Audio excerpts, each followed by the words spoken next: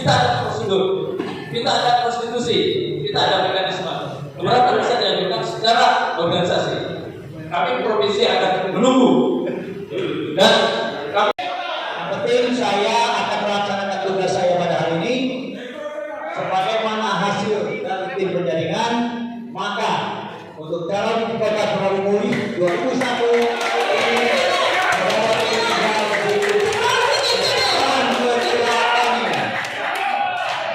terima kasih. Silakan lanjutkan kemana saja, silakan. Ya, saya ya. Yang penting saya melaksanakan tugas dulu. Tolong, tim kanan. Tim kanan. Kami sudah solid. Apa ini? Itu main apa? Kalau main ini, Tapi apa? jadi kamu kata Iya, kita ini kalau apa? Kalau kamu tidak melihat hukum kamu tidak kami taati, bukan kamu.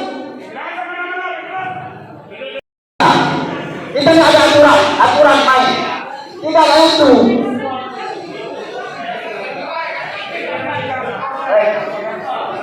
Tercantum dalam aturan nomor 1. Kalau hal ini dibiarkan, nomor 1 ini harusnya tidak dicantumkan lagi di sini.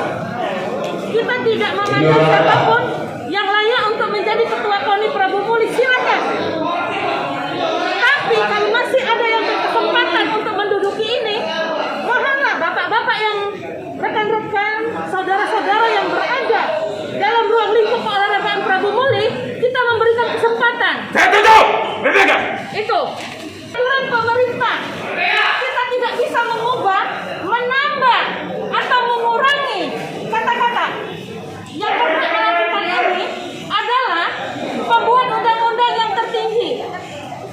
Acara kemudian tatip, kami melihat ini sudah memenuhi syarat untuk kita berikan legitimasi bahwa musyawarah telah berjalan sebagaimana yang diharapkan. Mengenai dinamika itu saya kira ini adalah hak demokrasi, tapi kita juga punya mekanisme, kita punya tatanan ya untuk melihat persoalan ini secara proporsional karena ada beberapa pertimbangan. Tadi juga dalam dinamika di persidangan sempat dipertanyakan tentang status dari calon. Saya kira ini juga sudah kami kaji. Bahkan sebelumnya dari panitia melalui tim penjaringan sudah meminta fatwa kepada KONI Sumatera Selatan. Dan kami sudah memberikan jawaban. Ini adalah kami memberikan toleransi.